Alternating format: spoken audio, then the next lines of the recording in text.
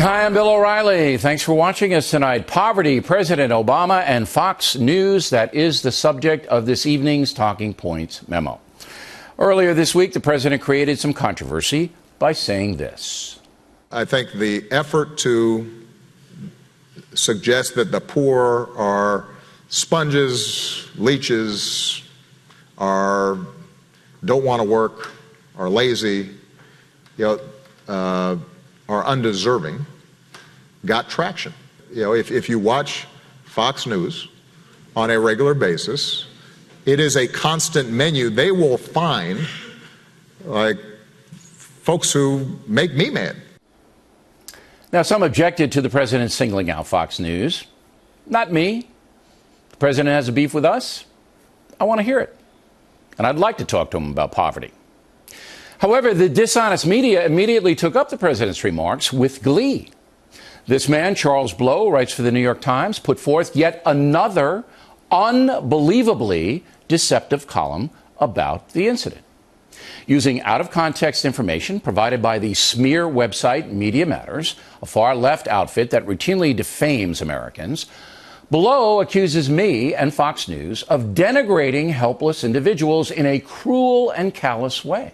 Quote, in 2014, during the week that marked the 50th anniversary of LBJ's war on poverty, O'Reilly again said that true poverty, as opposed to make-believe poverty, is being driven by personal behavior, which included, according to him, addictive behavior, laziness, apathy. O'Reilly has indeed repeatedly called poor people lazy, and the subtext of his remarks is that many poor people are pathologically and undeservedly dependent on the government dole, unquote. Wow.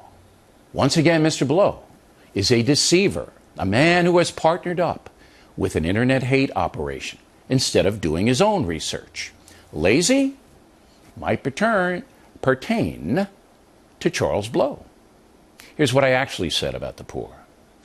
True poverty is being driven by personal behavior, not an unfair economic system.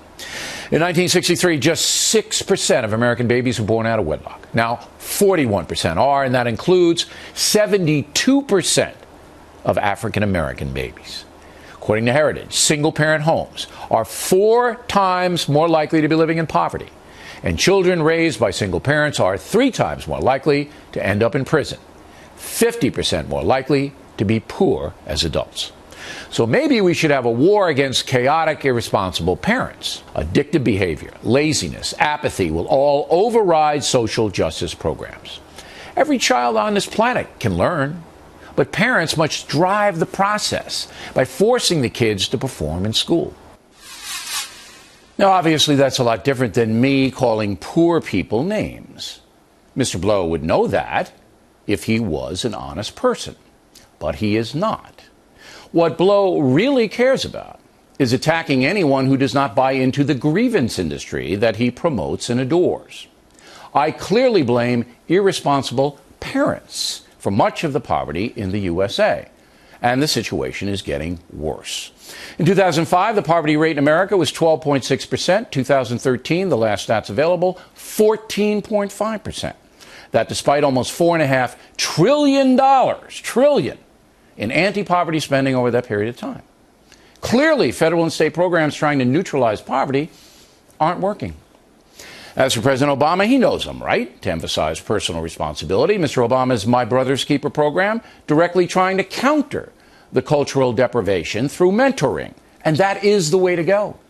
But again, it's a lot easier for the president to demonize Fox News, which tells the truth, than it is for him to stress personal responsibility to the liberal precincts who don't want to hear it.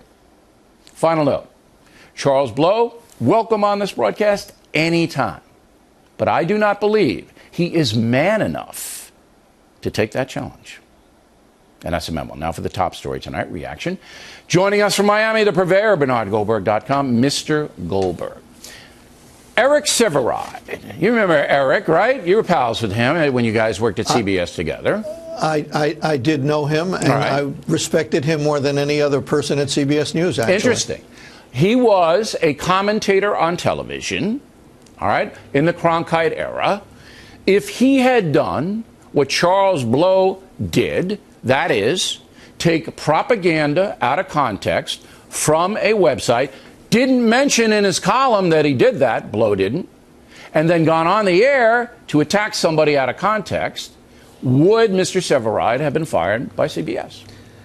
You know, I know it's tempting to say yes because they would never tolerate that, but the fact is that news organizations and police departments, they circle the wagons to protect their own. And I think CBS News would have circled the wagons and said, you know what, Bill O'Reilly did say those things. Yes, they were out of context perhaps, but it's not a fireable offense. And no, I don't think they would have fired him. Ethically, take the Associated Press, they have a book, all right, that journalists are supposed to have on how you have to conduct yourself. You don't take bribes. You don't take other people's work, as Blow did. Didn't check it out. Didn't look at the full conversation. Couldn't care less. You know, what I'm trying to get across is that the New York Times puts itself up as the premier journalistic newspaper in the world. And this is disgraceful, what Blow is doing, and it does all the time. It is, in my view, for this reason. If you're going to quote Bill O'Reilly on his views on poverty, the best place to go is, I'm laughing because it's so ridiculous, the best place to go is not Media Matters, which clearly detests Bill O'Reilly, and Fox News. The best place to go is to do what a serious journalist would do. Go to the source. Go to Bill O'Reilly and see what he said. Everything you've said about poverty is on the web. You can get it. And he didn't do that. Let me make a personal note here because I think this is important. I've heard you talk about poverty at great length. I've followed it closely.